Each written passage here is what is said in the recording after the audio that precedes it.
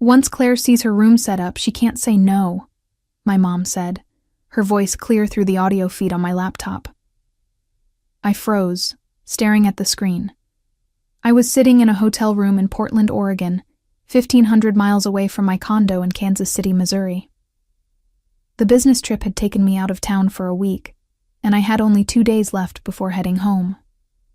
But right now, watching my parents move through my living room like they owned the place, I felt my blood turn cold. My name is Emma, and I'm 32 years old. I work as a corporate accountant for Quenro Data, a mid-sized firm specializing in analytics and cloud storage solutions. I've worked hard to build my career, save money, and buy my own place. My condo is modest but mine. Every piece of furniture, every dish in the cabinet, every decision about the space was something I earned. But my parents never saw it that way. To them, what was mine was theirs. And what was theirs was also theirs. I watched my dad appear on the screen, carrying a box labeled Claire's stuff. He set it down in the spare bedroom, the one I used as a home office. My mom followed, holding a lamp with a floral shade that I recognized from my sister's old apartment. "She'll understand once she sees how much effort we put into this," my dad said, glancing around the room. "Claire needs this fresh start." My mom nodded, hands on her hips. "Exactly. Emma has always been the responsible one. She'll do what's right for family." I clenched my fists. They weren't asking me. They weren't even telling me. They were just doing it, assuming I'd roll over and accept it like I always had. Claire was my younger sister by 4 years. She was 28 and had spent most of her adult life bouncing between jobs, relationships, and apartments. Every time something went wrong, my parents swooped in to fix it, and every time they fixed it, they expected me to help carry the load. Growing up, I was the one who got good grades, stayed out of trouble, and didn't ask for much. Claire was the one who needed attention, needed support, needed everything handed to her. My parents praised me for being independent, but what they really meant was that I was easy to ignore. When I graduated college and started working, they asked me to help with Claire's student loans. When Claire lost her job, they asked me to cover her rent for a few months. When she broke up with her boyfriend and needed a place to stay, they asked me to let her crash on my couch. I said yes every time. I told myself it was what family did. I told myself it wouldn't last forever. But it did last. It kept lasting. And now, watching my parents move her things into my home without even asking, I realized they never planned to stop. My mom turned toward the camera, and for a moment, I thought she saw me watching, but she was only adjusting the angle of a picture frame on the desk. She smiled, satisfied with her work. "This room is perfect for her," she said. "I'm glad we thought of this." My dad nodded. "Emma's always been understanding. She won't make a fuss." I wanted to scream. I wanted to call them right then and tell them to get out. But I didn't. Because I knew if I confronted them now, they'd find a way to twist it. They'd say I was overreacting. They'd say Claire was family, and family helps each other. They'd make me feel guilty for even questioning it. So instead, I took a breath and kept watching. I needed to know exactly what they were planning before I made my move. I clicked through the other camera feeds. The one in the hallway showed more boxes stacked near the door. The one in the kitchen showed my mom unpacking dishes and placing them in my cabinets. They were setting up like Claire was going to live there permanently. My phone buzzed. It was a text from my mom. "Hi, sweetie. Hope your trip is going well. Can't wait to see you when you get back. Love you." I stared at the message, my jaw tight. She was acting like nothing was happening, like she wasn't literally moving my sister into my home behind my back. I thought about all the times I had swallowed my frustration, all the times I had let them overstep because it was easier than fighting, all the times I told myself it didn't matter because I loved them and they loved me. But love wasn't supposed to feel like this. Love wasn't supposed to feel like being used. I set my phone down and leaned back in my chair. I thought about my childhood. about how my parents had always treated my space as communal. My bedroom was where Claire stayed when she had nightmares. My toys were the ones she borrowed and never returned. My savings were the emergency fund for the whole family. I thought about the time I saved up for months to buy a bike, only to have my parents give it to Claire because she wanted one too. I thought about the time I got a scholarship to a summer program, and they asked me to turn it down so I could babysit Claire while they went on vacation. I thought about every single time I put myself second because they asked me to. And now, they were doing it again. But this time, I wasn't going to let it slide. This time, I was going to stand up for myself. I opened my laptop and pulled up the security camera app again. I watched my parents move through my condo, their faces relaxed and confident. They truly believed I would just accept this. They truly believed I was too soft, too accommodating, too far away to stop them. They had no idea what was coming. I thought about all the years they treated my space, my money, and my life as community property, while bending over backward to accommodate my sister's every whim. When I was 14, my parents sat me down and told me they were proud of how mature I was. They said I was responsible and dependable, and they knew I'd always do the right thing. At the time, I felt special. I felt like I was finally being seen. But looking back, I realized what they were really saying was that I was easy. I was the child they didn't have to worry about. I was the one who wouldn't complain. Claire was different. Claire needed things. She needed help with her homework, help with her friends, help with everything. And because she needed help, she got attention. My parents bent over backward to make sure she was okay, to make sure she was happy. And I got used to being the backup plan. When I was 16, I got my first job at a grocery store. I worked evenings and weekends, and I saved almost every paycheck. I wanted to buy a car so I wouldn't have to rely on my parents for rides. I wanted independence. But when Claire turned 16 2 years later, my parents asked me to lend her money for a car. They said she needed it more because she had a job farther from home. They said I could wait a little longer. I handed over the money, and Claire got her car, and I kept taking the bus. When I was 21 and finishing college, I applied for a paid internship that would have looked great on my resume. I was one of the final candidates, but the week of the interview, Claire had a crisis. She'd broken up with her boyfriend and was threatening to drop out of school. My parents begged me to come home and talk to her, to help her through it. I missed the interview. Someone else got the internship. And Claire stayed in school for another semester before dropping out anyway. I told myself it was fine. I told myself I'd have other opportunities. But the pattern never stopped. Every time I had something good, something that was mine, my parents found a way to redirect it toward Claire. And every time, I let them. When I bought my condo 3 years ago, it felt like the first thing that was truly mine. My parents had helped Claire with rent, with deposits, with furniture. But I did it all on my own. I saved, I budgeted, I worked overtime. And when I finally got the keys, I felt like I had won something. My parents were proud, of course. They said I was setting a great example for Claire. They said I was proving what hard work could do. But they also started asking if Claire could stay with me sometimes. Just for a weekend here and there. Just until she got back on her feet.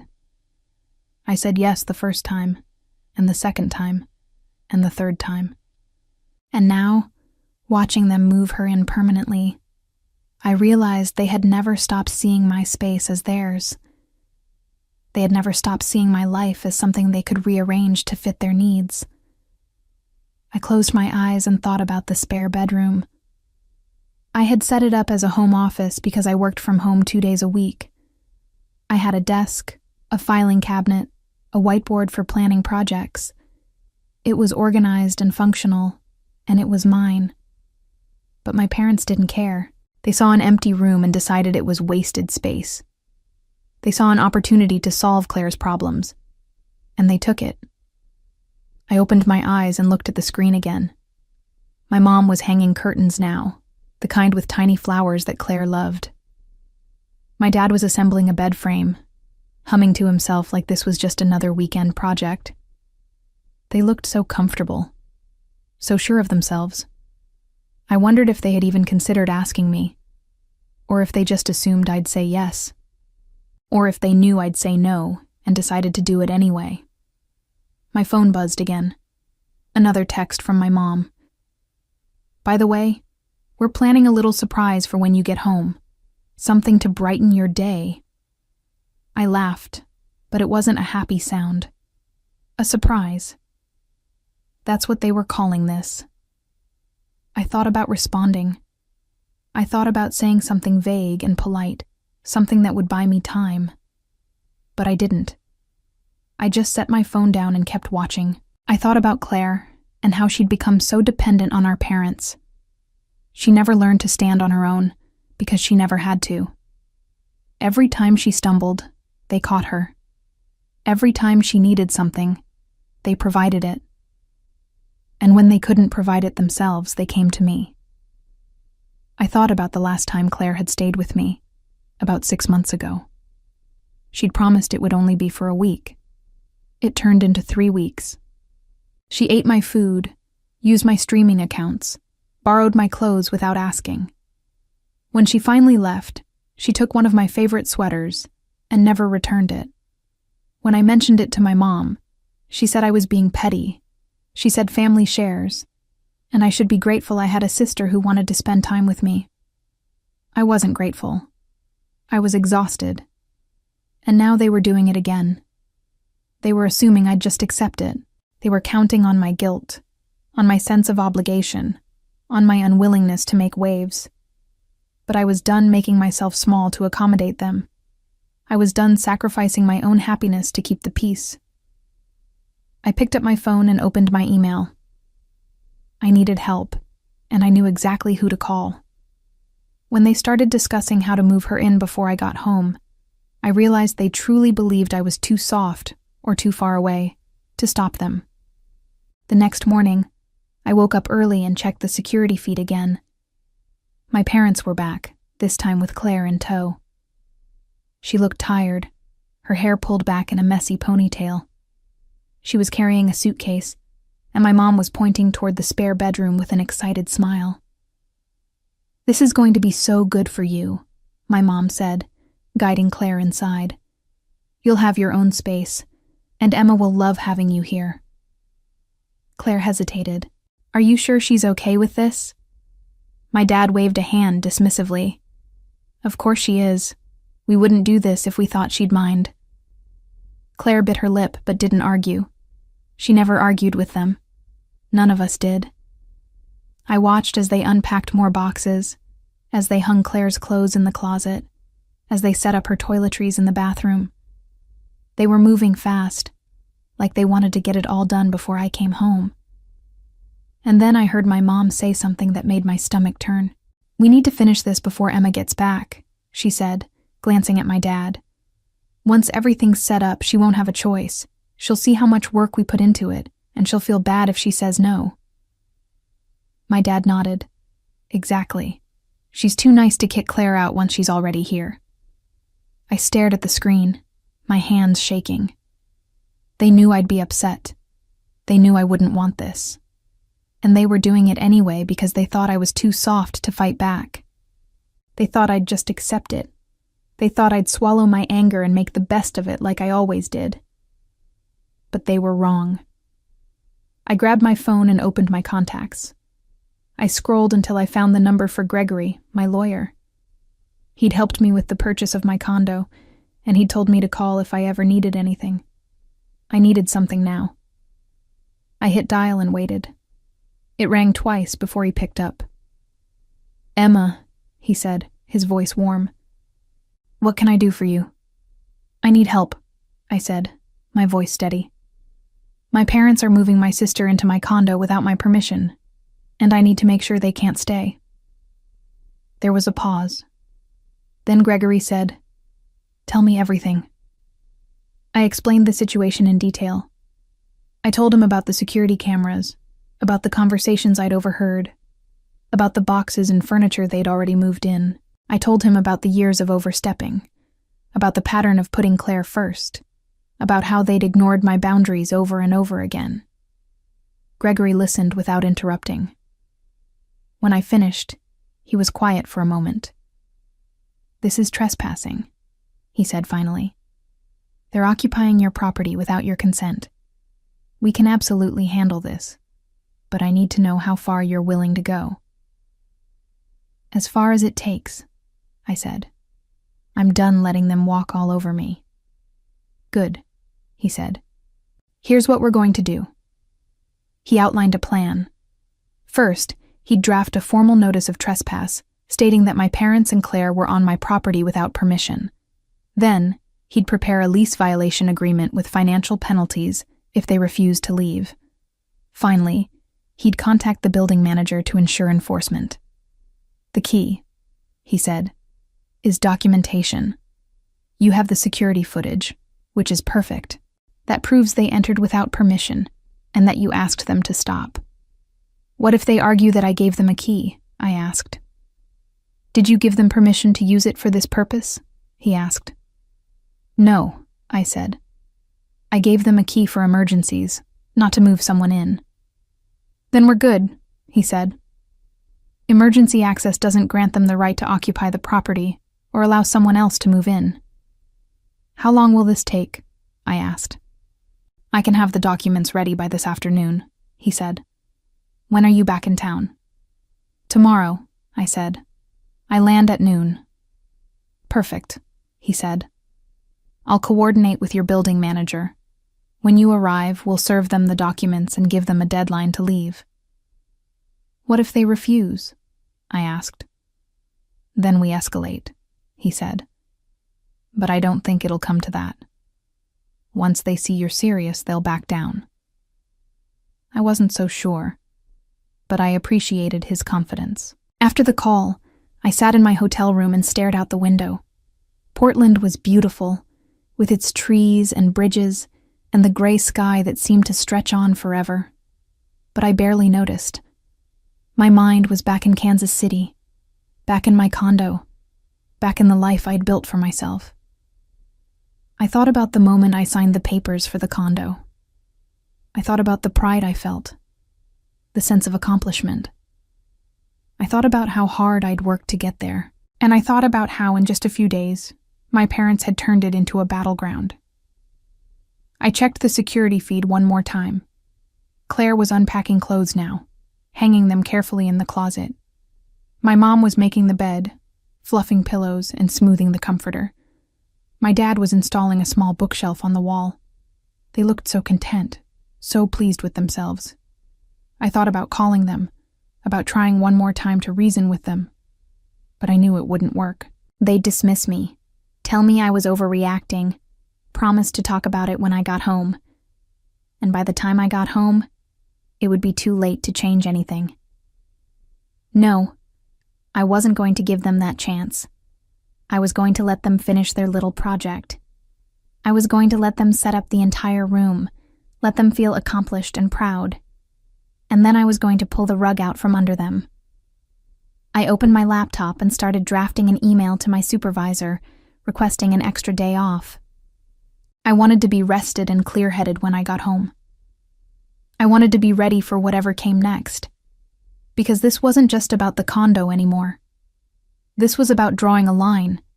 This was about showing them that I wasn't the pushover they thought I was. This was about taking back my life.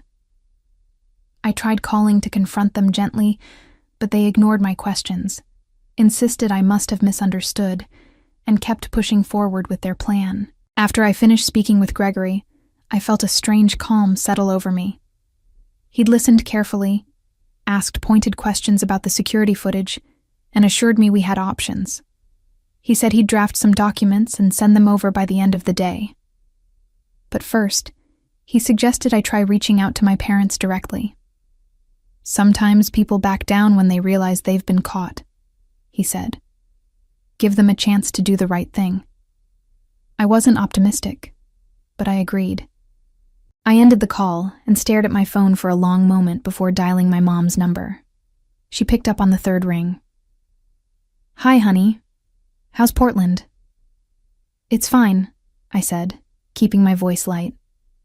Hey, I wanted to ask you something. Have you been by my place recently? There was a pause. Then she laughed, but it sounded forced. Why do you ask?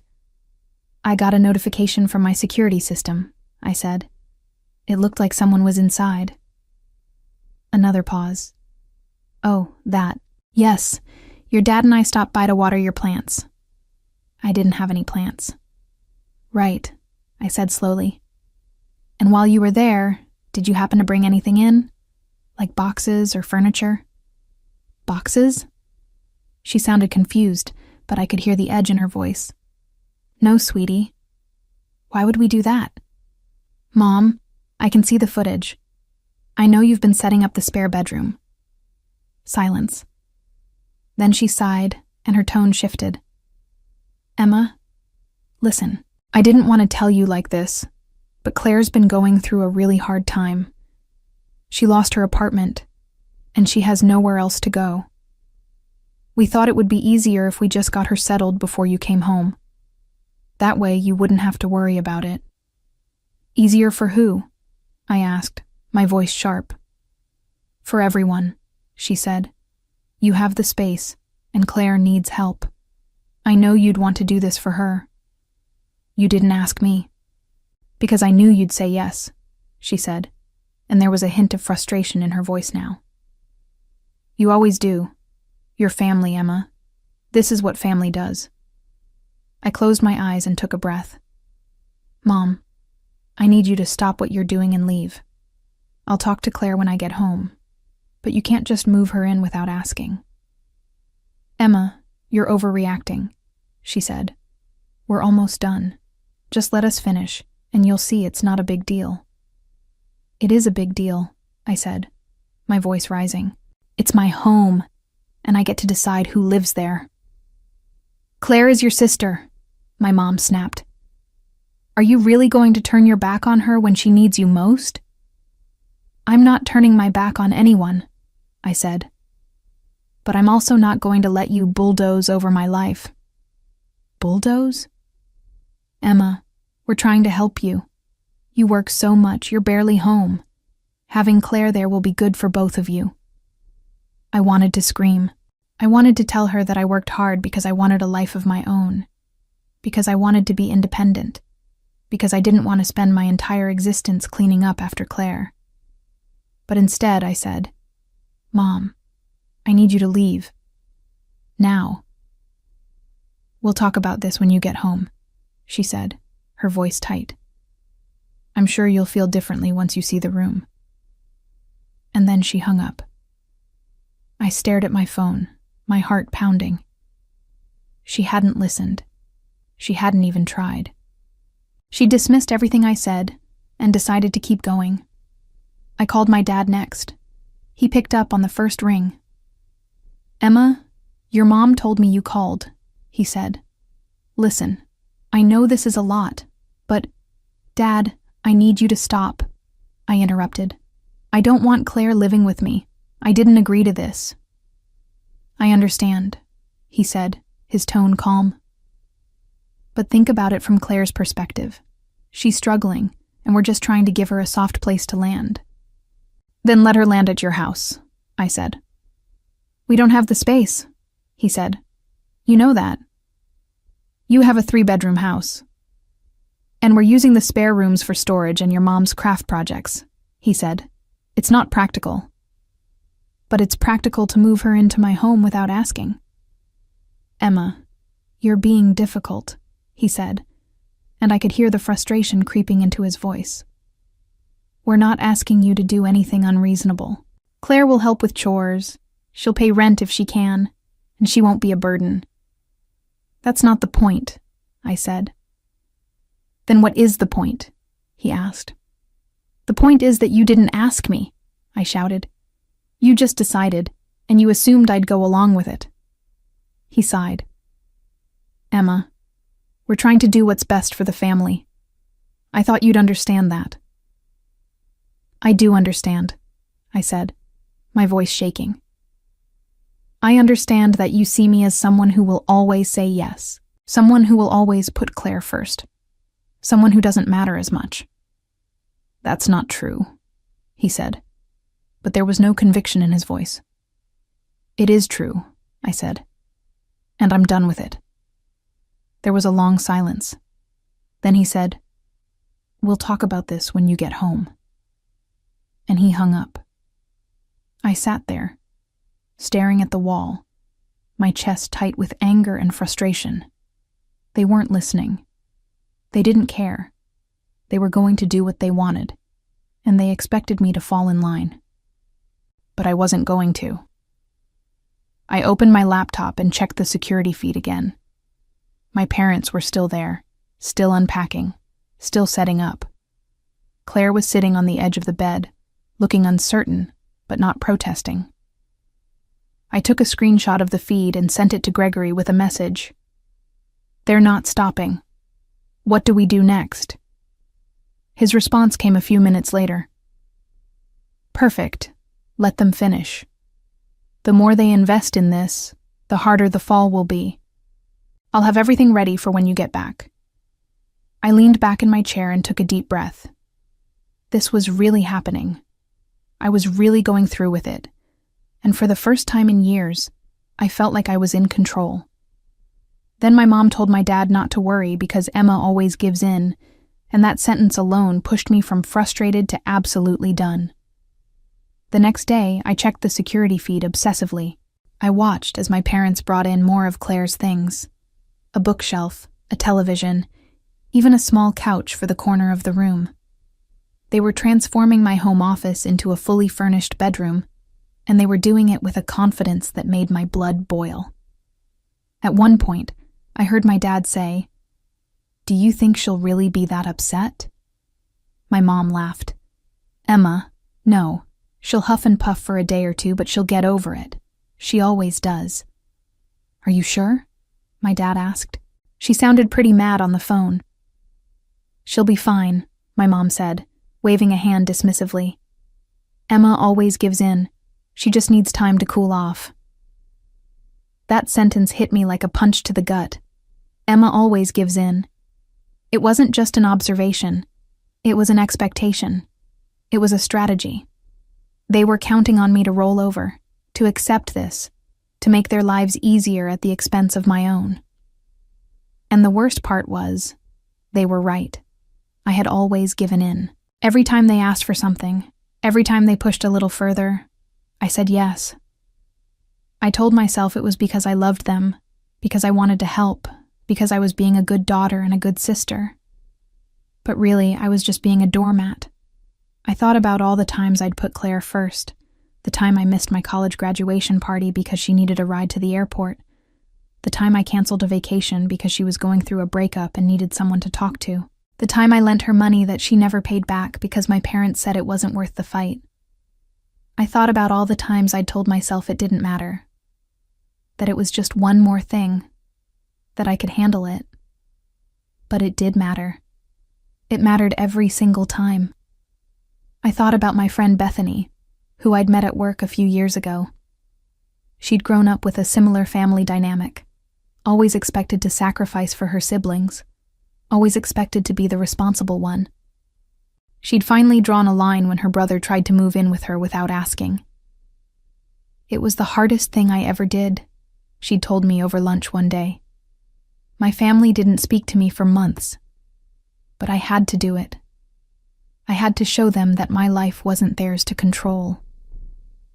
At the time, I'd sympathized, but secretly thought she'd been too harsh. I'd thought family was supposed to help each other no matter what. But now, I understood. Now, I was living it. I grabbed my phone and pulled up Gregory's number again. He answered on the first ring. "Emma," he said, "I was just about to call you. I've finished the documents." "Good," I said, my voice hard, "because I'm not giving in this time." "I didn't think you would," he said, and I could hear the smile in his voice. "Here's what we're going to do." He explained the plan in detail. He'd drafted a formal notice of trespass, stating that my parents and Claire were occupying my property without permission. If they didn't leave immediately upon my return, they would be subject to legal action. He'd also drafted a lease violation notice for Claire, stating that any attempt to establish residency would result in financial penalties. The key, he said, is that you gave them verbal notice to leave, and they ignored it. That strengthens your case significantly. What if they refuse to leave? I asked. Then we escalate, he said. We can file for a restraining order, pursue damages for trespass, and if necessary, involve law enforcement. But I don't think it'll come to that. Once they realize you're serious, they'll back down. I hope you're right, I said. I am, he said. But Emma, you need to be prepared for backlash. Your parents aren't going to take this well. I know, I said. But I can't keep doing this. I can't keep letting them walk all over me. Good, he said, because you deserve better. After the call, I sat in my hotel room and thought about what came next. I thought about the moment I'd walk into my condo and confront them. I thought about their faces when they realized I wasn't backing down. Part of me felt guilty. Part of me wanted to call them back and tell them it was okay, that Claire could stay. But I pushed that feeling down, because that's what they were counting on. They were counting on my guilt, on my inability to stand up for myself, on my fear of making waves, and I was done being predictable. I spent the rest of the day preparing. I packed my suitcase, checked out of the hotel, and booked an earlier flight home. I wanted to arrive before they expected me. I wanted the element of surprise. That evening, I checked the security feed one last time before bed. The room was completely set up now. It looked lived in, like Claire had been there for weeks. My parents were standing in the doorway, admiring their work. She's going to love this, my mom said. I just know it. My dad nodded. It's the right thing to do. Emma will see that. I closed my laptop and lay back on the bed. They were so sure of themselves, so confident that I'd just accept it. But they had no idea what was coming. I thought about my grandmother, who had passed away a few years ago. She'd been a strong woman, fiercely independent, and unwilling to let anyone push her around. When I was younger, she'd told me something that I'd never forgotten. Emma, she'd said, being kind doesn't mean being weak, and helping people doesn't mean letting them take advantage of you. You have to know when to draw the line. At the time, I hadn't fully understood what she meant. But now I did. This was my line. This was where I stopped giving in. I set my alarm for early the next morning. My flight was at 6 a.m., and I'd be back in Kansas City by 10 a.m. I wanted to be home before noon, before they had a chance to finish whatever final touches they were planning. As I drifted off to sleep, I felt a strange sense of peace. For the first time in years, I wasn't second-guessing myself. I wasn't wondering if I was being too harsh or too selfish. I was just being clear, and that felt right. So I called my lawyer and set up a perfect legal trap, ensuring any unauthorized entry or occupancy would come with financial consequences they couldn't ignore. When I woke up the next morning, the first thing I did was check my email. Gregory had sent over the documents as promised, along with detailed instructions for how to proceed. The first document was a formal notice of trespass. It stated clearly that my parents and Claire were on my property without permission, and that they had been given verbal notice to leave. It included timestamps from our phone conversations and references to the security footage as evidence. The second document was more aggressive. It was a notice of financial liability, outlining the costs associated with their unauthorized occupation of my property. It included a daily occupancy fee of $200 per day, calculated from the first day they began moving Claire's belongings in. It also included potential damages for use of utilities, wear and tear on the property, and legal fees. By my calculation, they were already on the hook for over $2,000, and every day they stayed, the total would increase. The third document was the most clever. It was a backdated lease agreement with deliberately unfavorable terms. The rent was set at $3,000 per month, with a clause stating that any violation of the lease, including failure to obtain written permission before moving in, would result in immediate eviction and financial penalties. The beauty of this, Gregory had written in his email, is that it creates a legal trap. If they argue they didn't agree to a lease, they're admitting to trespassing. If they argue they did agree, they're bound by the terms. Either way, you have leverage. I read through the documents carefully, my heart pounding. This was real. This was happening. I replied to Gregory's email. "This is perfect. What's the next step?" His response came a few minutes later. "I've contacted Patricia, your building manager. She's agreed to be present when you arrive home and to serve the documents if necessary. She's also prepared to call law enforcement if they refuse to leave." I felt a rush of relief. Patricia was in her 50s, no nonsense and professional. I'd always liked her. She ran the building with efficiency and didn't tolerate any violations of the rules. I sent Gregory one more message. "Thank you for everything. I'll let you know how it goes." His response was simple. "You've got this." I finished packing and checked out of the hotel. The drive to the airport was quiet, and I spent most of it rehearsing what I would say. I wanted to be calm and firm, not emotional or defensive. The flight was uneventful, but I couldn't stop checking my phone. I kept pulling up the security feed, watching as my parents moved around my condo. At one point, I saw my mom arranging fresh flowers on the kitchen table. At another, I saw my dad carrying in groceries. They were settling in like they belonged there, like it was already decided. When I landed in Kansas City, I texted Patricia. "I'm back. Are you available to meet at my place at noon?" Her response came immediately. "I'll be there. See you soon." I picked up my rental car and drove toward my building, my hands gripping the steering wheel tightly. I felt nervous, but also strangely calm. I'd spent so many years avoiding conflict, avoiding confrontation, that I'd forgotten what it felt like to stand up for myself. But I was about to remember. I arrived at my building at 11:30 a.m. and parked in the garage. I didn't go up to my condo right away.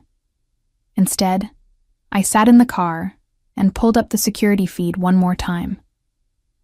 My parents were in the kitchen now, unpacking groceries. Claire was in her new room, hanging pictures on the wall. They looked comfortable, content. I took a screenshot and sent it to Gregory with a message. "They're still here, moving forward as planned." His response was immediate. "Good luck. Call me if you need anything." At 11:55 a.m., I saw Patricia enter the building through the lobby camera. She was carrying a leather folder, her expression serious. I got out of the car and met her in the lobby. She nodded when she saw me. "Ready?" she asked. "Ready," I said. We took the elevator to the 3rd floor in silence. My heart was pounding, but my hands were steady. When we reached my door, I paused and listened. I could hear my mom's voice inside, humming to herself. I could hear the faint sound of the television in Claire's room. I slipped my key into the lock and opened the door. The moment I stepped inside, everything seemed to freeze.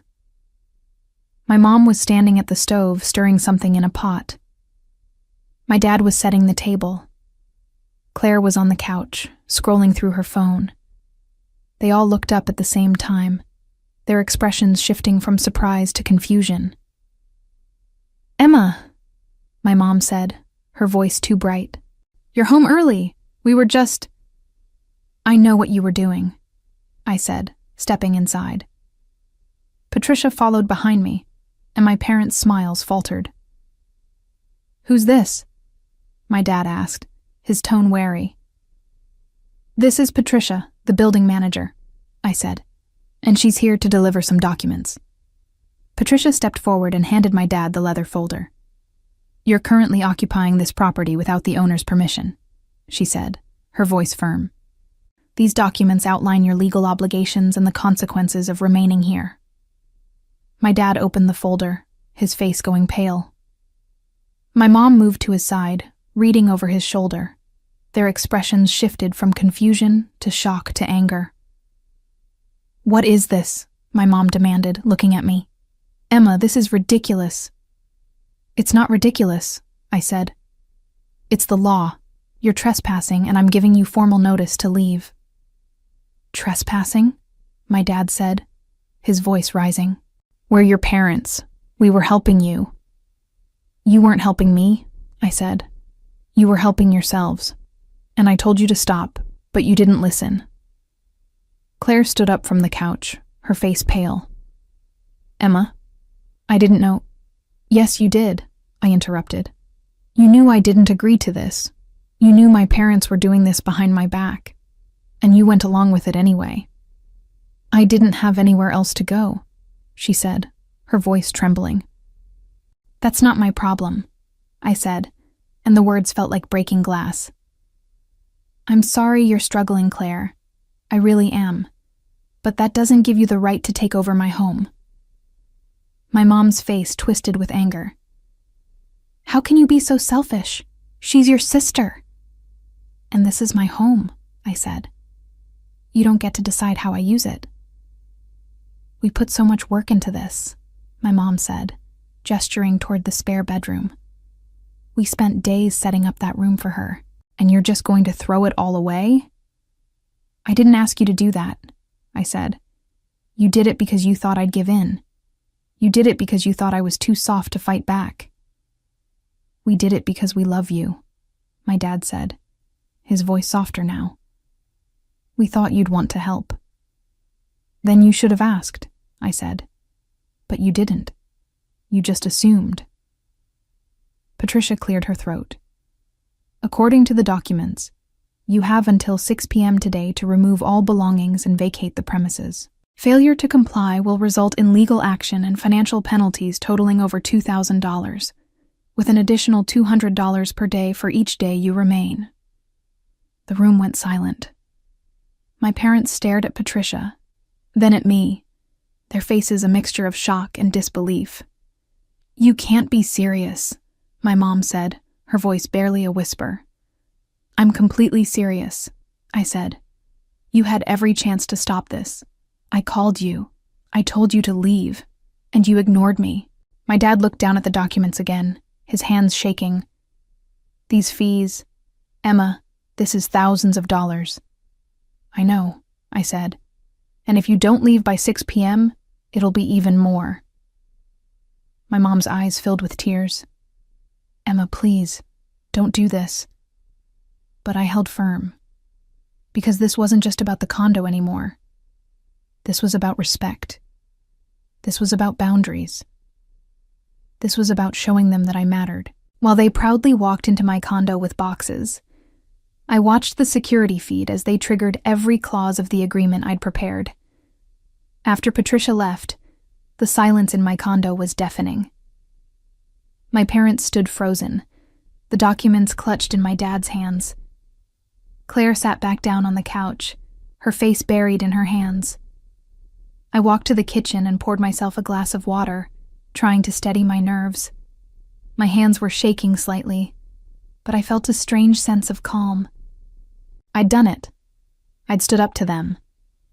My mom was the first to speak. "Emma, this is insane. You can't just kick us out like this. We're your family." "You keep saying that," I said. "But family doesn't treat each other the way you've treated me." "We've always supported you," my dad said, his voice rising. "We helped you through college. We were there when you bought this place."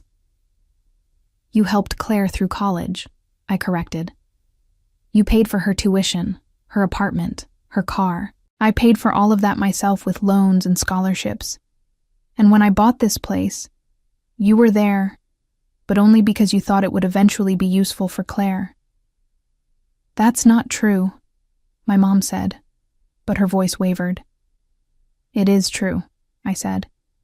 "And you know it. You've always put her first. And I've always been okay with it because I thought that's what family did. But this is different. This is my home. and you don't get to take it from me." Claire finally looked up, her eyes red and swollen. "Emma, I'm so sorry. I didn't want any of this." "Then why didn't you stop it?" I asked, my voice softer now but still firm. "Why didn't you call me and ask? Why didn't you tell them this wasn't okay?" "Because I didn't know where else to go," she said, tears streaming down her face. "I lost my apartment, I lost my job, and I had nowhere to turn. Mom and Dad said you'd be okay with it, and I believed them." "You should have asked me yourself," I said. "You should have given me the choice." "I know," she whispered. "I'm sorry." I looked at her, really looked at her, and for a moment I felt my resolve waver. She looked so broken, so lost. But I couldn't let that change my mind, because this wasn't just about her. This was about years of being taken for granted, years of being expected to sacrifice my own needs for everyone else's. My dad set the documents down on the table, his jaw tight. "These fees are ridiculous. You can't possibly expect us to pay this much." "I don't expect you to pay anything," I said. "I expect you to leave." "And what about Claire?" my mom asked, her voice sharp. "Where is she supposed to go?" "That's not my responsibility," I said. "She's a grown woman. She needs to figure it out on her own." "She's your sister," my mom shouted. "And I'm your daughter," I shouted back. "But that didn't stop you from treating my home like it was yours. That didn't stop you from completely disregarding my feelings." The room fell silent again. My mom's face was red, her eyes blazing with anger. My dad looked defeated, his shoulders slumped. Claire was crying quietly on the couch. I took a deep breath and tried to steady myself. "Look, I don't want to fight. I don't want this to be ugly. But I need you to understand that this is serious. I'm not going to change my mind." "We understand," my dad said quietly. "We'll leave." My mom whipped around to face him. "What? We can't just give up." "We don't have a choice," my dad said. "She's right. We should have asked." "But, no," my dad said firmly. "We messed up. We need to own that." My mom stared at him, her mouth opening and closing like she wanted to argue but couldn't find the words. Finally, she turned back to me, her expression cold. "Fine," she said. "We'll leave. But don't expect us to forgive you for this."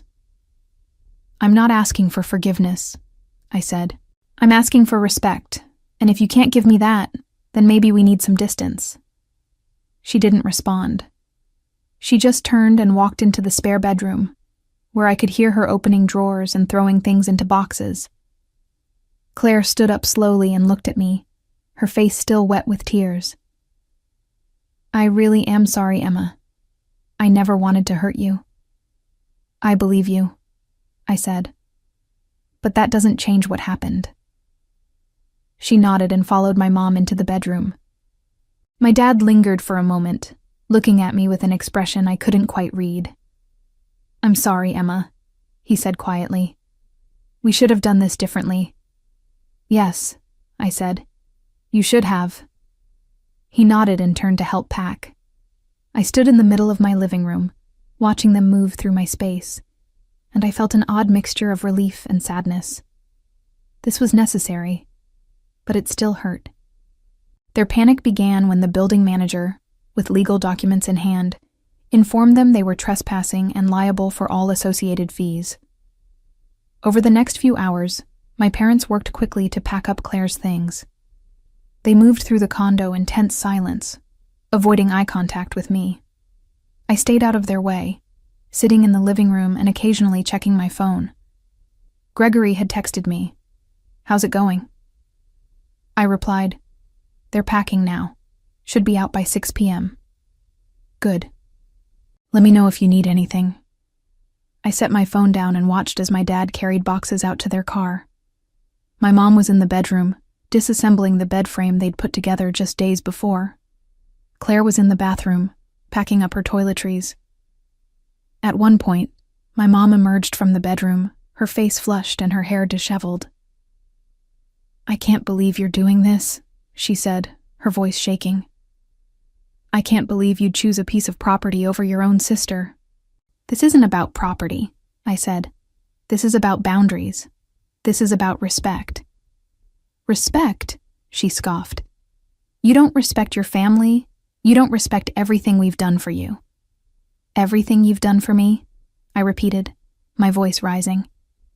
"Name one thing you've done for me in the past 5 years that wasn't also for Claire." She opened her mouth, then closed it again. She couldn't think of anything. "Exactly," I said. "You've spent so much time focusing on Claire that you forgot I existed. And when you did remember me, it was only because you needed something." "That's not fair," she said, but her voice lacked conviction. "It's completely fair," I said, "and you know it."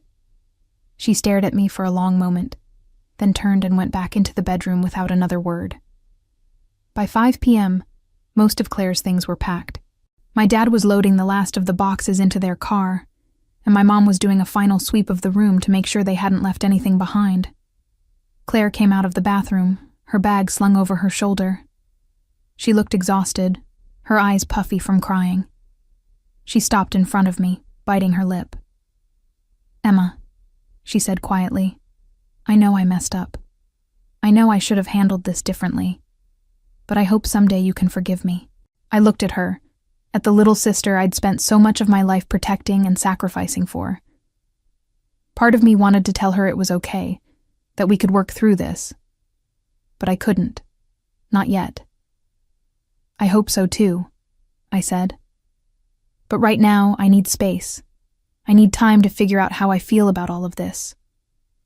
She nodded, tears welling up in her eyes again. "I understand."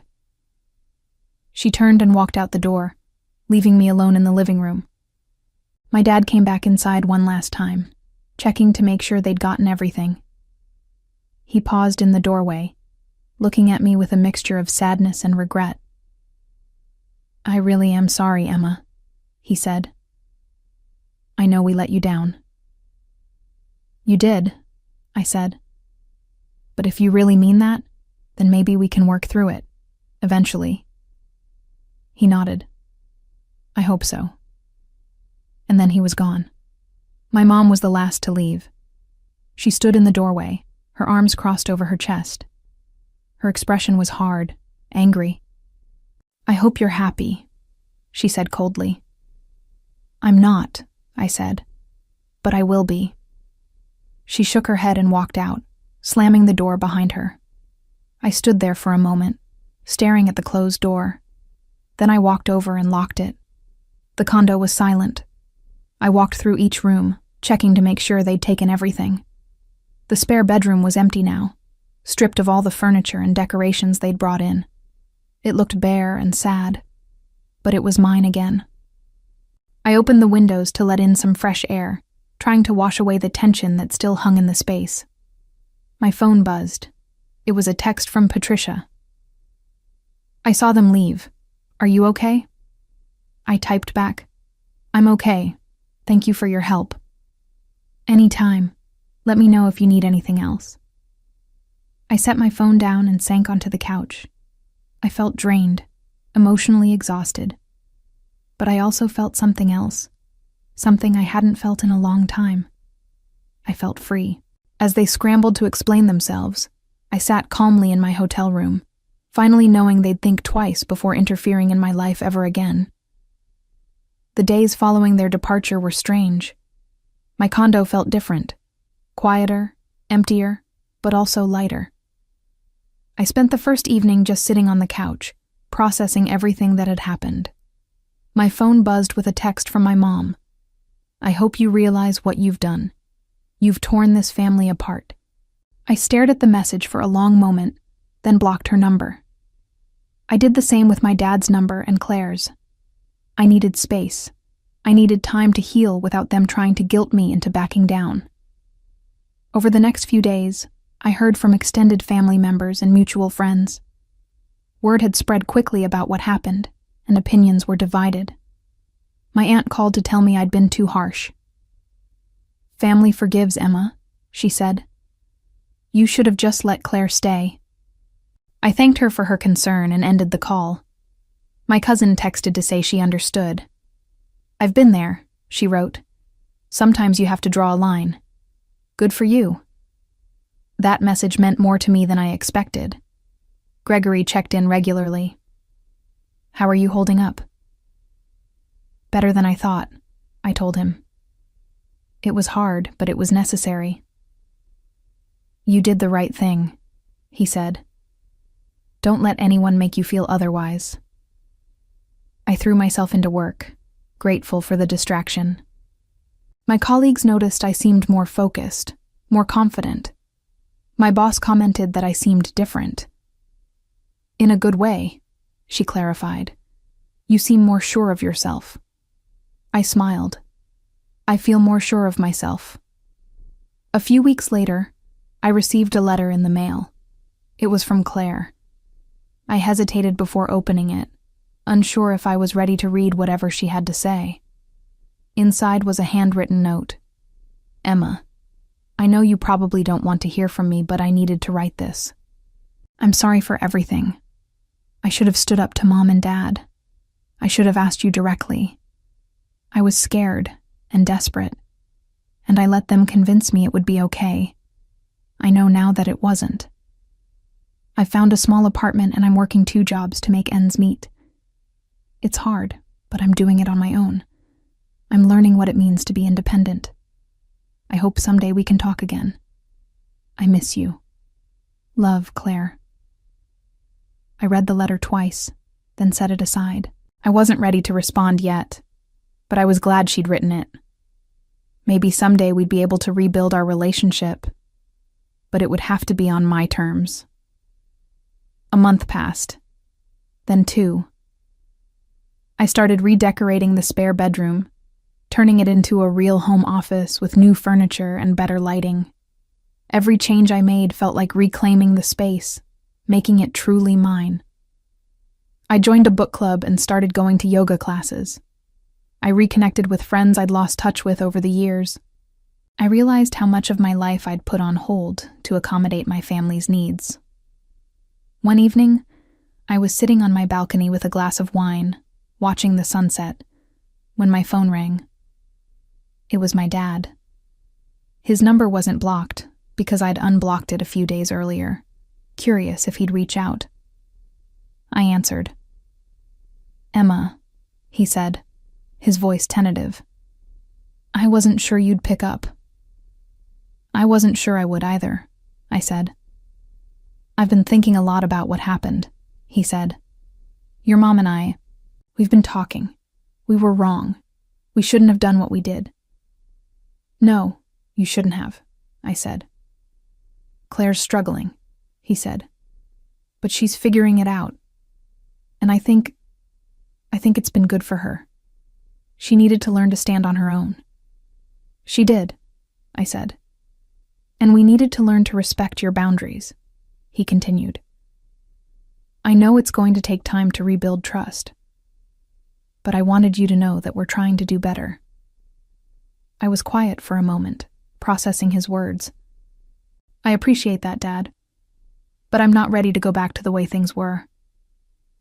"I understand," he said.